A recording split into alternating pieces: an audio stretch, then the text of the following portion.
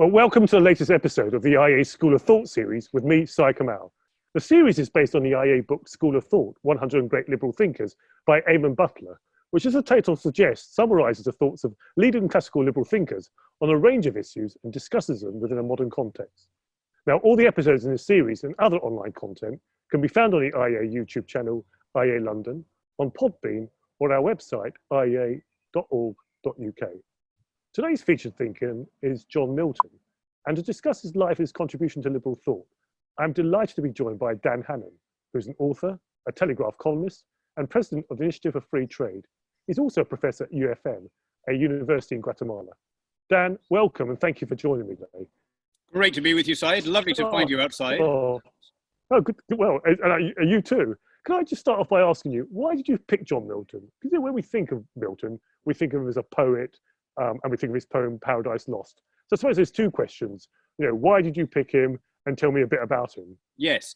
So I think it's a really good list that Eamonn has come up with of the 101 liberal thinkers. And you'll notice that there is a cluster of English political figures who are in that early modern period, contemporaries of Milton. So on Eamonn's list are Richard Overton, the great leveller, John Lilburne, Freeborn John, of course, John Locke, and then moving only a little bit later, Gordon and Trenchard of Cato's Letters. So there's a big concentration of people. And we should be honest about why that is. That early modern period in England was critical in the development of the idea of an autonomous individual, the elevation of the private citizen over the collective. I mean, it's great in a list like that to be inclusive and to have Chinese and Egyptians and ancient Greeks and whatever, but we shouldn't be politically correct to the point of denying the important truth that there was a particular moment and a particular language, the one in which you and I are now conversing, which saw the extraordinary idea of the development of personal freedom, personal autonomy, that the truth wasn't contained in some holy book somewhere, but that we were all, if you like, given faculties to try and find our own answers. And the fact that, if you like, seems such an obvious idea now is testimony to the amazing success of the radicals of that time who were putting it forward. Plus, to be honest, I think there are some friends of the IEA who could do the other figures better than I could. I mean, if you want a leveller, you could have Douglas Carswell on Richard Overton. Douglas is so committed to the levellers that he insisted on having his daughter baptised in the font at Burford Church, where the imprisoned levellers scratched their names in 1649 before being executed in the churchyard for their radicalism. If you want to have someone good on John Lilburne, Mark Wallace of Conservative Home, or Ian Murray from the Competitive Enterprise Institute, these are not only great Lilburnites, but they are fellow Geordies and indeed fellow old boys of the grammar school in Newcastle, which he attended. And of course, the IEA has the wonderful Professor Steve Davis, who holds these figures up as his kind of litmus test. He doesn't mind whether you're on the left or the right, but you've got to be pro those guys. So John Milton, a more famous figure than the others, he had the extraordinary distinction that although his contribution to liberal thought is towering, immense, it was really his sideline. I mean, he was a poet. We know him as a lyrical poet. It's just that when he did write about politics and philosophy, what he wrote was world-changing. Okay, but why did you choose him as opposed to any of his contemporaries? What was it about him that particularly stands out for you? Well, I think most, for most of English literary history, he would have been regarded as probably our greatest writer after Shakespeare, whom, of course, he idolized and wrote about himself a great deal. Some might say it was Wordsworth or Dickens, but he's definitely up there on that second tier immediately below Shakespeare. And with reason. I mean, one measure of the influence of a writer like that is to see how much he is referred to consciously and unconsciously by other writers. If I think of the novels and books of the 20th century whose titles are quotations from Paradise Lost, William Golding's Darkness Visible, Aldous Huxley's Eyeless in Gaza, that wonderful anti-totalitarian tract of Arthur Koestler's Darkness at Noon.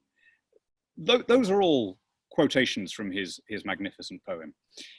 And of course, Philip Pullman's His Dark Materials. The trilogy is almost like a reworking of Paradise Lost for younger people. Now, Philip Pullman would be deeply uncomfortable doing an IEA interview, right? He is ideologically not where you are or where I am. He's deeply anti-Boris, deeply anti-Brexit, all the rest of it.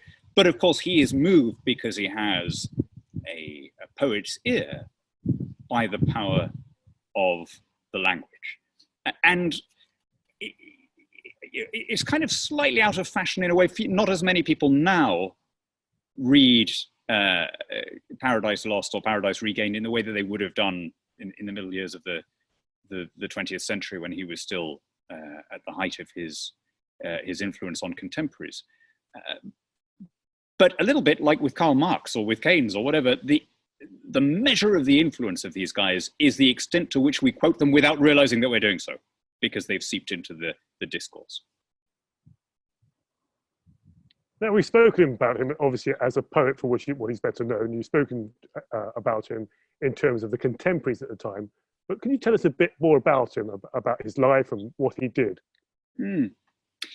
So his father was also called John Milton. He converted to Protestantism, and he was what was called a scrivener. In other words, he made his living as a literate guy in a semi-literate age by writing legal documents. So he did well. So the young John Milton went to St. Paul's School, went to Christ College, Cambridge. He was a very, very brilliant man. Some of the other libertarian heroes on that list had brilliant ideas, but the erudition and scholarship of Milton, I think, is beyond doubt. I mean, he wrote in Latin and Greek and Italian, as well as in English. He spoke also French, Spanish, Dutch. I think he learned Dutch from one of the figures who is curiously absent from the 101 great liberal thinkers, Roger Williams, the founder of the Rhode Island colony, who was a superhero by any standards. And they had a deal where Milton would teach him Hebrew if Williams taught Milton Dutch. The level of his knowledge and his classical allusions is extraordinary. And the main poem for which we remember him, the great saga that is Paradise Lost, is, for me, a peculiarly powerful work, because it's not just that the language is technically brilliant and the imagery is powerful and beautiful.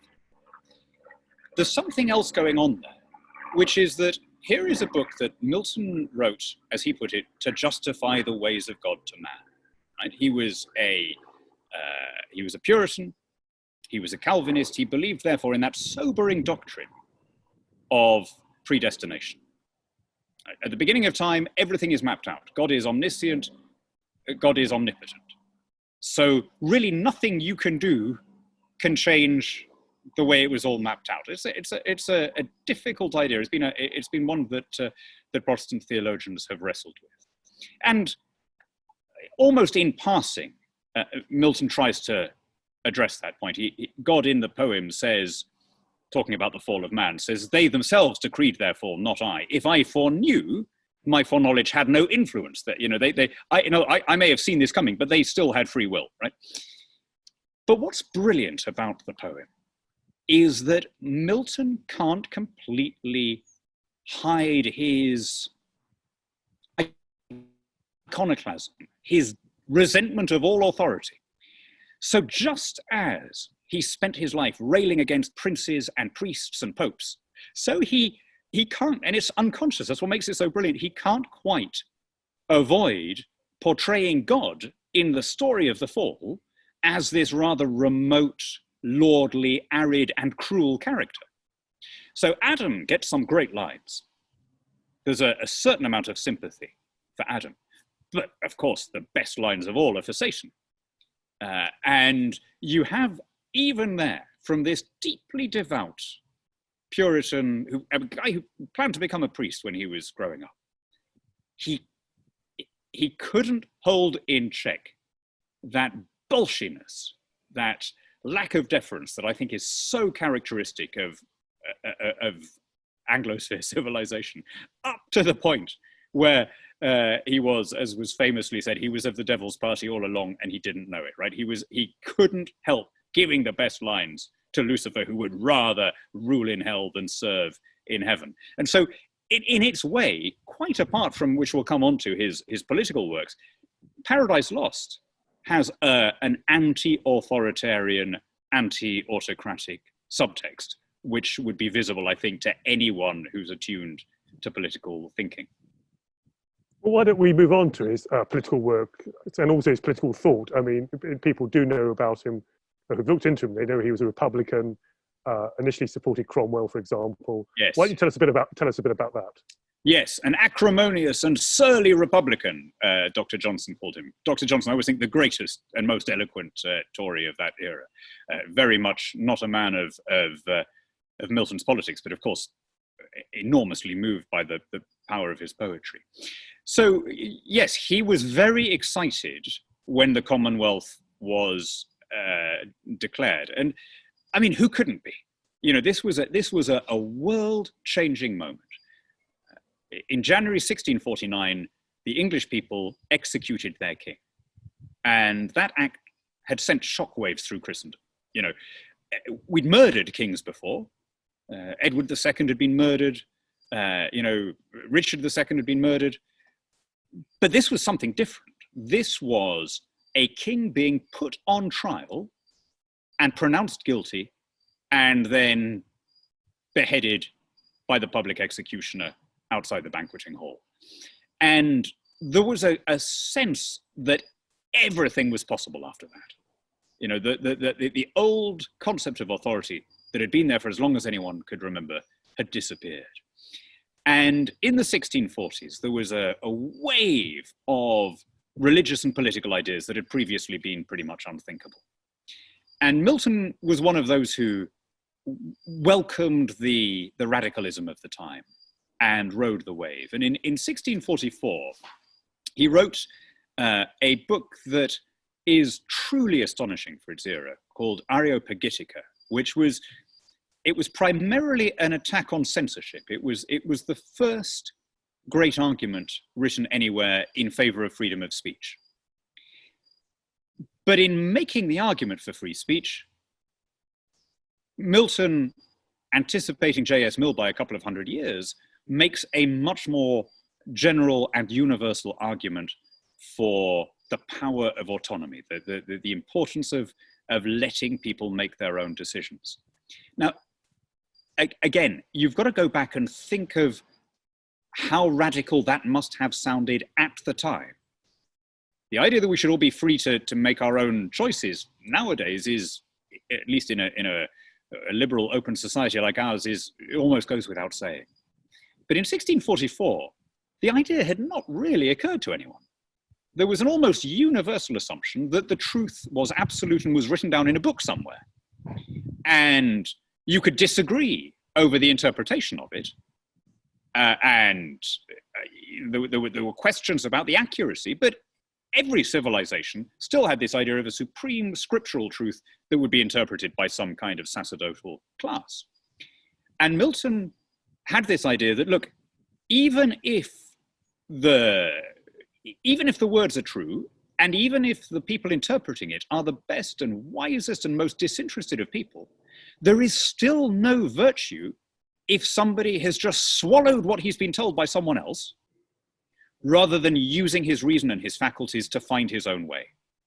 And this was a central idea. He drew a distinction between what he called liberty and what he called license.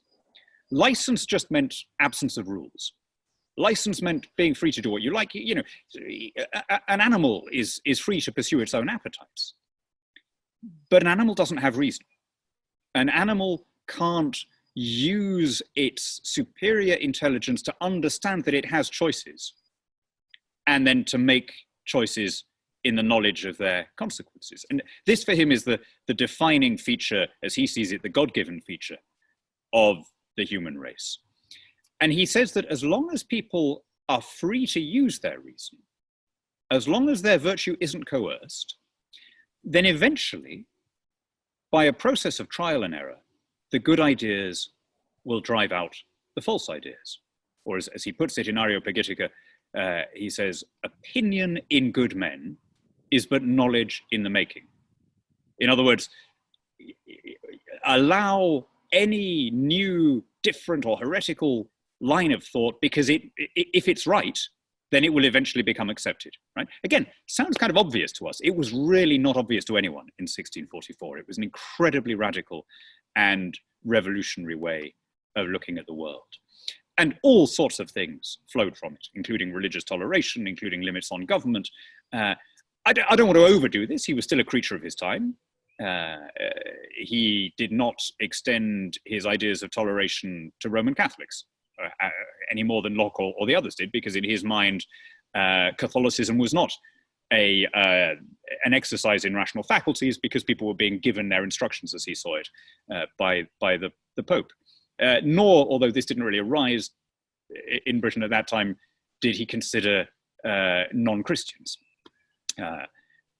Officially, there were no Jews in England in 1644. The return came a dozen years later under Cromwell.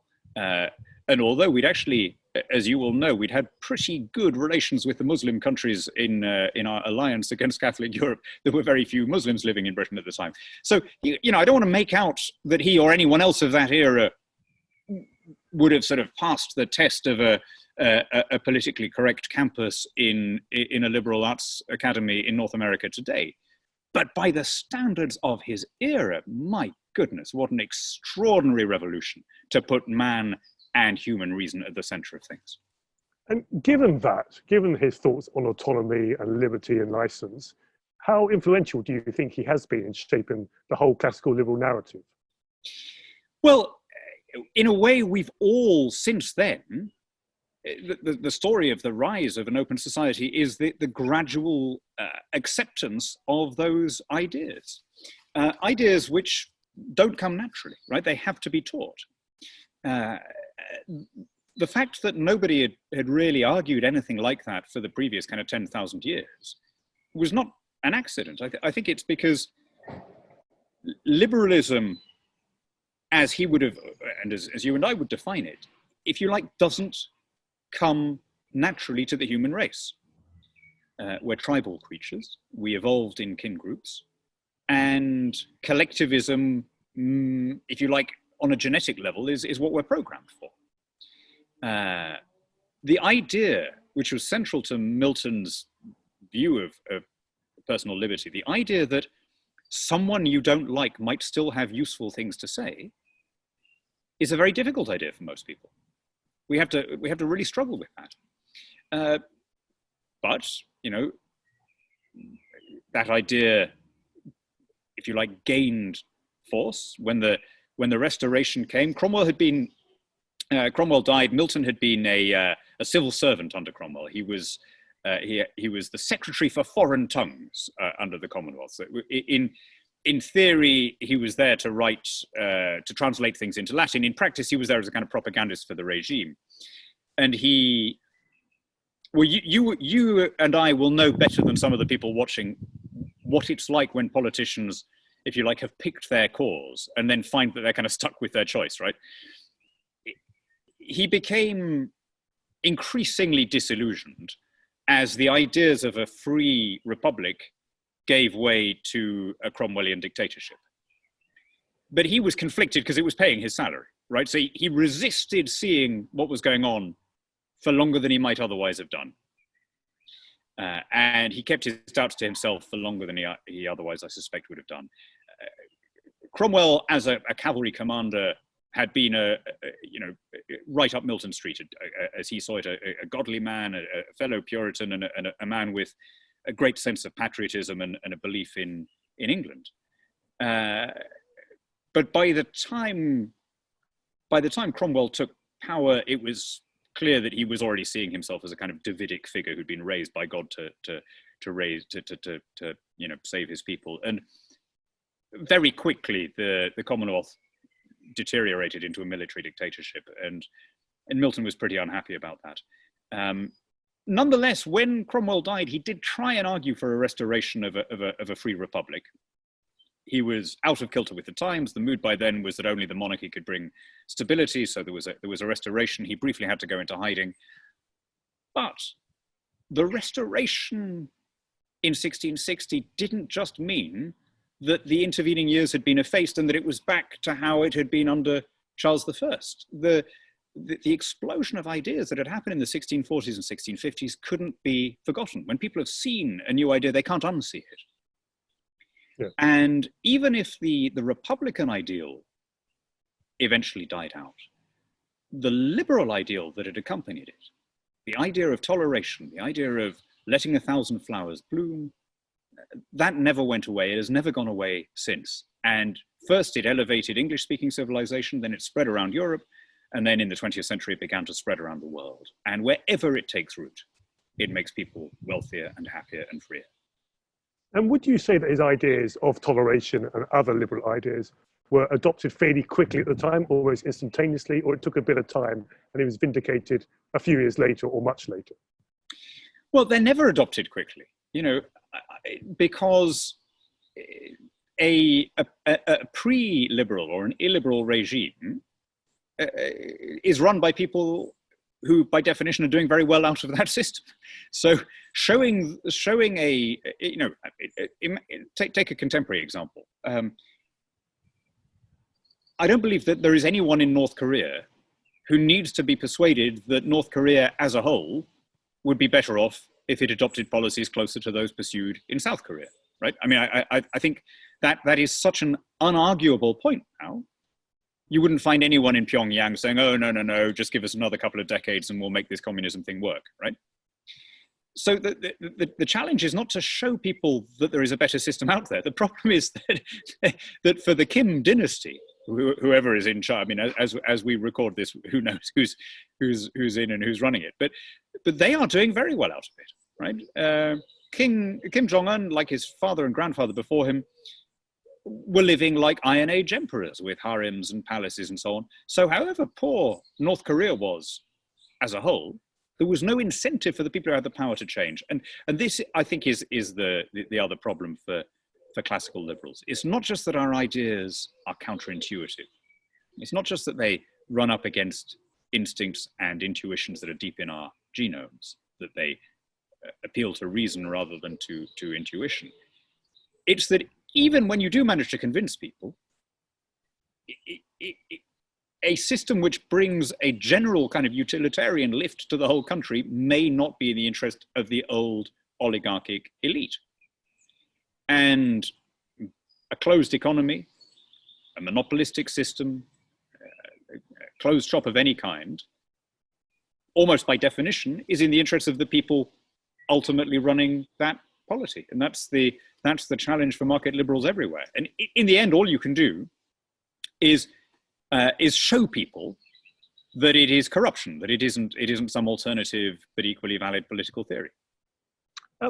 We spoke about his contemporaries, and you yourself said at the beginning, it's really important to focus on that particular time. But who do you think inspired him? Was it his contemporaries? Were there any ancient thinkers who inspired him? How did he arrive at his thoughts? Yeah, so he was steeped in the classical tradition. He read very widely among the Greek and Latin authors. In fact, Areopagitica, a rather odd name, is named after a hill in Athens where an Athenian orator made a particularly famous speech. Also the place where St. Paul preached to the Athenians. And but this is the really interesting thing. There are scholars who argue that Milton's views became unorthodox as he became older. Even that he stopped being a conventional Christian and began instead to think that there was a kind of a universal spirit in everything. Possible, I don't know. But certainly he was a fairly conventional Puritan. And in his mind, he was there to justify the ways of God to man, to try and spread what he regarded as an exciting and rapturous truth. And this is what's so odd, right? When you think of Puritans, you tend to think of censorious, intolerant, bigoted people. Yeah, you think of the witch trials in Salem. You think of joyless people in funny stove hats and ruffs who think that it's a sin to smile and that we should be burning more Catholics, and yet he, who was absolutely, when he started, in the tradition of a Calvinist who believed in predestination, believed in completing the Reformation, believed that we needed properly to purify the church to get rid of the remaining, as he would have seen it, popish excrescences of altar rails and bishops and so on. He spent a lot of time and energy writing about what was wrong with having bishops. That he nonetheless saw that there can't be compulsion in religion, and that virtue has to be an exercise of free will from a rational human being. Now, would that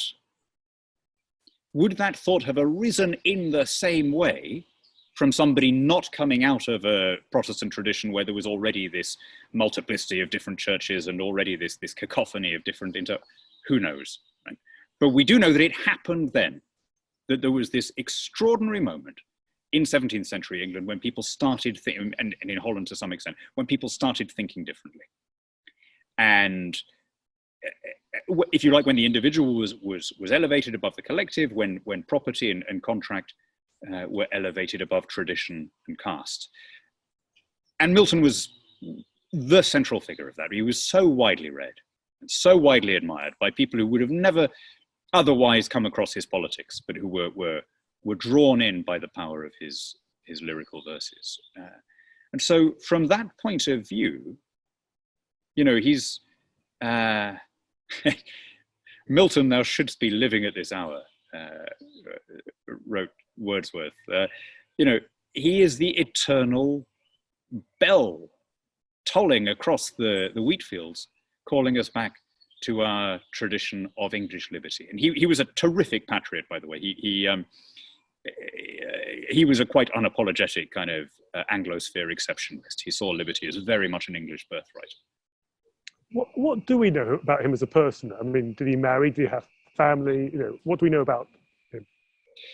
Yes, he married 3 times. His first marriage was an unhappy one. His first wife became disillusioned and sort of ran back to her parents. After which he wrote a pamphlet in favor of divorce, which again actually made a remarkably liberal argument, again, because it was getting away from this idea that all truth is written down somewhere and you just do what you're told. Johnson said of him that he was the of all the great writers, the one who least praised anyone else. And there is an element of truth in that. He thinks he was well aware of his talent, let me put it like that. And he felt that if he name checked you, that was enough. You should be happy. And by and large, it was, right? It was a pretty good thing to have been name checked by him. By the time he wrote Paradise Lost, which was after the Restoration, after his career as a civil servant, he had gone blind. He'd gone completely blind. And so, as they say of Homer, he was coming out with all of this by dictation. And perhaps that gave an extra power to his language. One of the things actually which Philip Pullman obviously liked and admired about him is that he noticed that when you are reciting poetry, and it's particularly powerful poetry, the syllables become kind of magical in your mouth. They seem to fill your mouth with this power beyond normal speech. And poetry, therefore, is a kind of incantation. It creates a kind of enchantment. if ever there was a long lyrical poem that is crying out to be read aloud, it's Paradise Lost. What do you think is the sort of biggest lesson that classical liberals can learn from Milton today and from his ideas, either now in contemporary politics, or given that you and I are both sitting at home, in the middle of a pandemic? Are there any lessons for how we view the world now? Yes, I mean, I've always thought, by the way, it's particularly apt that Milton Friedman is named after him. Talk about nominative determinism. There's another Milton who should be living at this hour. I think that if John Milton were doing one of these videos now during this lockdown, I'm sorry, my neighbour has just started chopping some wood in his garden, if you can hear his saw. I think he would have seen it as an excess of coercion by the state. He would have said, yeah, absolutely, when there's a plague, you stay out of the way. And in fact, it's not quite clear why he left Cambridge. It may have been because there was a plague at the time. It was a common occurrence in his life. But he would have also said, in the end, people have to be trusted to behave as adults. And those who want to stay out of the way, fine. But those who consider that they're not at risk, as long as they're not imperiling other people, it's ultimately for them to make that decision. And I think he would have, it's not to say that he would have said we should have done nothing, but I think he would have regarded a policy that told everyone to stay at home rather than being free to make their own decision. I think he would have regarded that as an abuse of state power. Well, Dan, it's been fascinating. Why don't we, just to sum up, why don't, if someone said to you, Dan, sum up John Milton and his thoughts in a few sentences, how would you put it? I'm going to try, I don't know if I can still do it, I'm going to try and recite a poem that Wordsworth wrote, which touches on Milton, and also is a poem about British exceptionalism. Wordsworth, like all the Romantics, deeply affected by the guy, and deeply affected by not only the power of his language, but the power of his ideas, which he thought elevated and ennobled this country that we live in. So I'll see if I can still recite it. It is not to be thought of that the flood of British freedom, which to the open sea of the world's praise from dark antiquity hath flowed, with pomp of waters unwithstood, roused though it be full often to a mood which spurns the check of salutary bans, that this most precious stream in bogs and sands should perish, and to evil and to good be lost forever. In our halls is hung armory of the invincible knights of old. We must be free or die, who speak the tongue that Shakespeare spake, the faith and morals hold which Milton held. In everything we are sprung of earth's first blood, hold titles manifold. Well, Dan, that's a wonderful place to end. Thank you so much for joining us today and tell us more about John Milton.